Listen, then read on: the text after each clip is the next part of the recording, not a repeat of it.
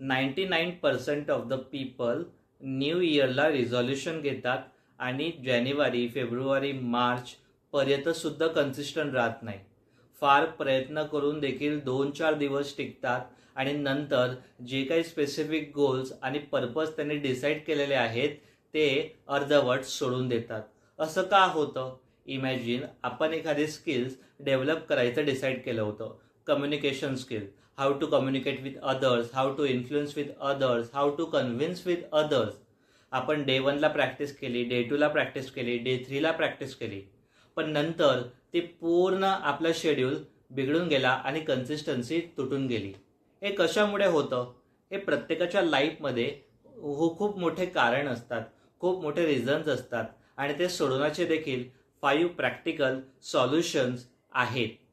आपण नेहमी instant gratification याच्या मागे धावत असल्यामुळे आपल्याला स्पेसिफिक ॲस्पेक्ट, रिझल्ट आणि आउटकम जेव्हा मिळत नाही तेव्हा आपल्याला अशा चॅलेंजेसला सामोरे जावं लागतं. आणि सेकंड म्हणजे आपण नेहमी मोटिवेशनच्या मागे धावत असतो, पण कन्सिस्टन्सी मोटिवेशनने नाही तर डिसिप्लिनने क्रिएट होते. जसे की आपण एक वीट रचत जातो तशी तशी एक उंच इमारत उभी राहते. तशा प्रकारे डिसिप्लिन, तुमचा मूड असो की नसो, तुम्ही ते दररोज तुमचं प्रॅक्टिस आणि अभ्यास हा केलाच पाहिजे. आणि सेकंड म्हणजे लॅक ऑफ विल पॉवर. आपल्या कामाप्रती दुर्दम्य इच्छाशक्ती, जिद्द, चिकाटी आणि क्लॅरिटी नसल्यामुळे कन्सिस्टन्सी तुटण्याचे खूप मोठे चान्सेस आहे.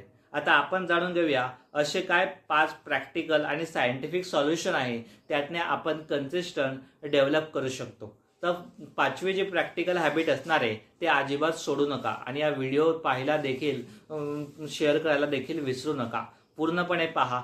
फर्स्ट आहे, आपण नेहमी छोट्या पावलाने सुरुवात केली पाहिजे. जसं की मगाशी आपण म्हटलो की एक वीट रचत रचत आपण एका खूप मोठी उंच इमारत उभी करतो, तसेच तुमचे छोटे छोटे पावलं देखील खूप मोठी उंची गाठू शकते. आपण दुसऱ्या दिवशी 8 तास काम करण्याऐवजी 1 तास जरी काम केलं तर तुम्हाला रिमार्केबल रिझल्ट नक्कीच दिसून येतात. आणि सेकंड म्हणजे मेक इट विजिबल.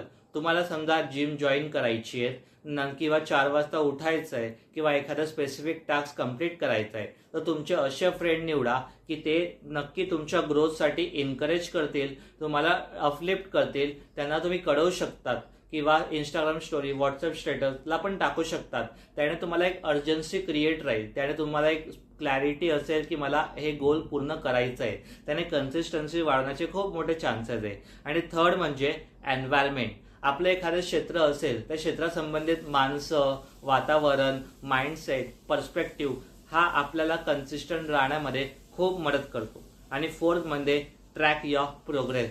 आपण आपल्या कुठल्याही ध्येयासंबंधित जे काम करतोय त्याचं जर आपण मूल्यमापन केलं नाही तर आपली कन्सिस्टन्सी तुटू शकते. त्यामुळे आपण कुठलंही टास्क, स्किल, ॲबिलिटीज, क्वालिटीज, अभ्यास जे काही करत आहोत आपण डेली रिहर्सल, रिकॉल, रिवाइज केली नाही तर ते आपल्याला खूप मोठं भारी पडू शकतं. आणि 5 जे प्रत्येकजण त्याची वाट पाहत राहतात आणि लाईफमध्ये खूप करण्यापासून नेहमी दूर असतात, ते म्हणजे परफेक्शनिझमचा अभाव. आपण परफेक्शनिझमच्या मागे धावणे म्हणजे की आपल्याला समजा कंटेंट क्रिएशनमध्ये व्हिडिओ क्रिएट करायचा आहे तर मला ट्रायपॉड पण पाहिजे, माईक पण पाहिजे, DSLR कॅमेरा पण पाहिजे, चांगला स्टुडिओ पण पाहिजे. नो डीट, काही गरज नाही. तुम्ही एका कॅमेरा मार्फत, मोबाईल मार्फत सुद्धा सुरुवात करू शकतात आणि नक्कीच तुमच्या लाईफमध्ये एकदम रिमार्केबल आणि अल्टिमेट रिझल्ट तुम्हाला नक्कीच मिळू शकतात. तर हा व्हिडिओ तुम्हाला कसा वाटला कमेंट करून सांगा आणि शेअर करायला अजिबात विसरू नका. भेटूया आपण नेक्स्ट व्हिडिओला. Until then keep figuring out. Thank you.